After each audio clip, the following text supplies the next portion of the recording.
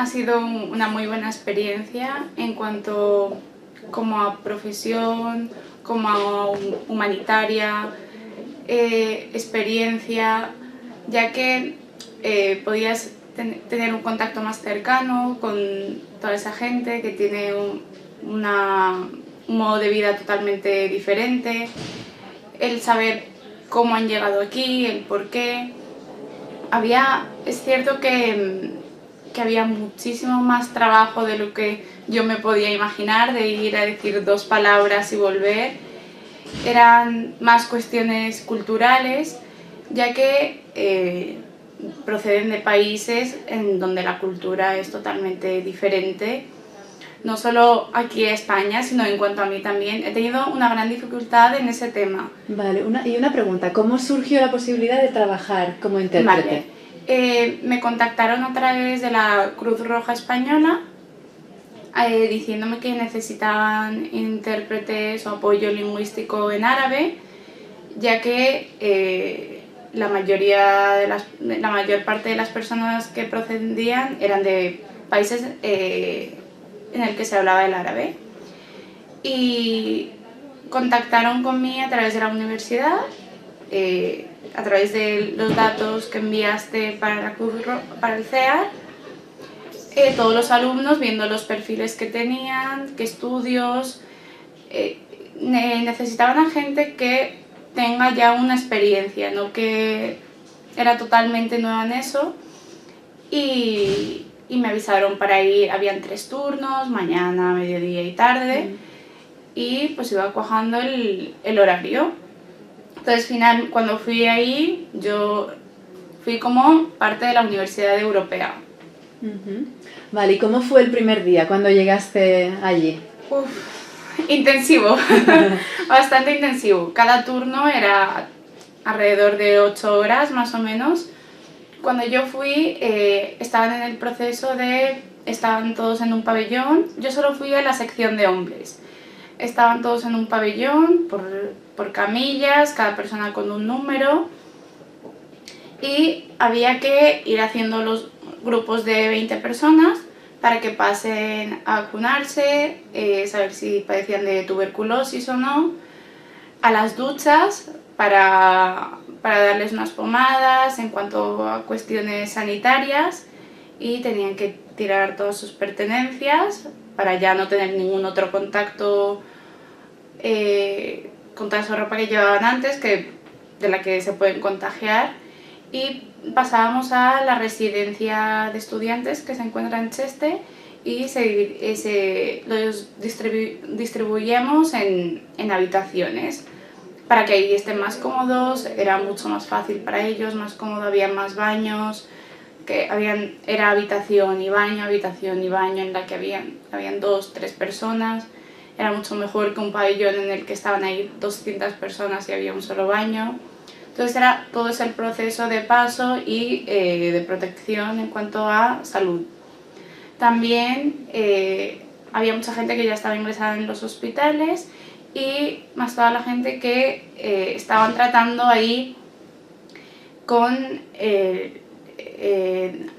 a través de los médicos de la Cruz Roja. La gente que padecía dolor de ojos o estómago o muela, o como iban en un barco que era de madera, que se les han clavado cosas en las piernas. Todas esas cuestiones que eran ya secundarias se estaban tratando en ese momento. O sea, que siempre estuviste trabajando un poco en un contexto sanitario. Sí, sanitario, y además en las entrevistas del ministerio, ya que había entrevistas del Ministerio Español y del Ministerio de Francia, porque había mucha gente que había pedido asilo en Francia. Entonces estaban las entrevistas, les preguntaban por qué querían ir ahí, qué idea tienen y todas esas cuestiones. Entonces, de árabe solo había una sola otra persona que hablaba marroquí. Entonces, el árabe también es complicado porque está el árabe clásico, luego dialectos, no se entendían, era muy complicado.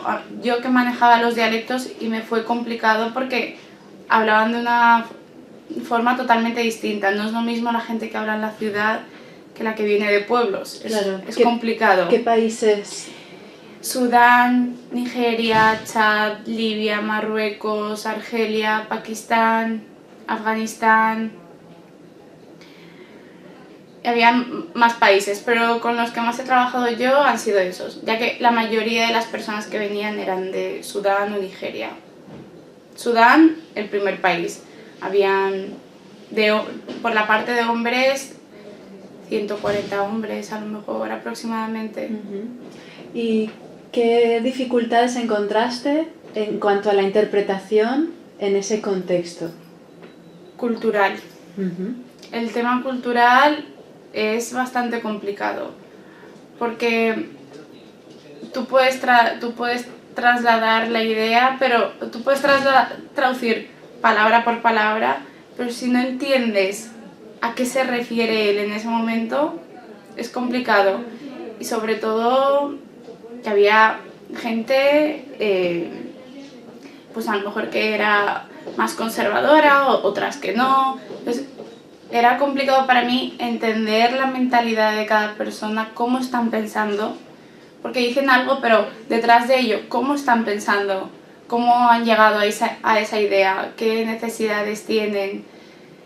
Pero lo principal era que ellos estén bien en ese momento, que estén bien estaban muy bien atendidos, sinceramente. Yo, según lo que vi, estaban mejor atendidos de lo que yo me podía imaginar. Tenía mucho cuidado al hablar con ellos, en cuanto a ellos sentimentalmente, de salud, estaban muy preocupados por ellos. Había, por ejemplo, un caso de un chico que padecía de diabetes y él en Sudán podía tener 300, 400 de diabetes y para él eso era normal y el médico estaba loca, de eso no es normal. Entonces tenía muchísimo cuidado, había un solo médico atendiendo a esa persona, entonces estaba muy bien. ¿Tú sigues todavía en activo? Sí, ahora la necesidad es más en hospitales, ya se han trasladado a la residencia, ahora necesitan más en hospitales para tratarlos de las enfermedades y de todo aquello que estén padeciendo. ¿Y cómo está siendo para ti la experiencia a nivel personal? A mí me encanta, a mí lo humanitario me encanta, es lo que más me gusta y me llena de verdad. Lo disfruto más que el trabajo.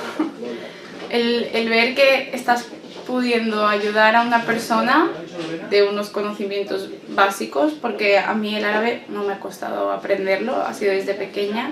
Los dialectos sí que he hecho esfuerzo para poder manejarme con todos, pero a mí me gusta el contactar con gente diferente, en ver situaciones diferentes, de pensar cómo han llegado hasta aquí, qué situación han estado teniendo, de dónde proceden. A mí me ha encantado, la verdad. Y yo agradezco la oportunidad que se me ha dado.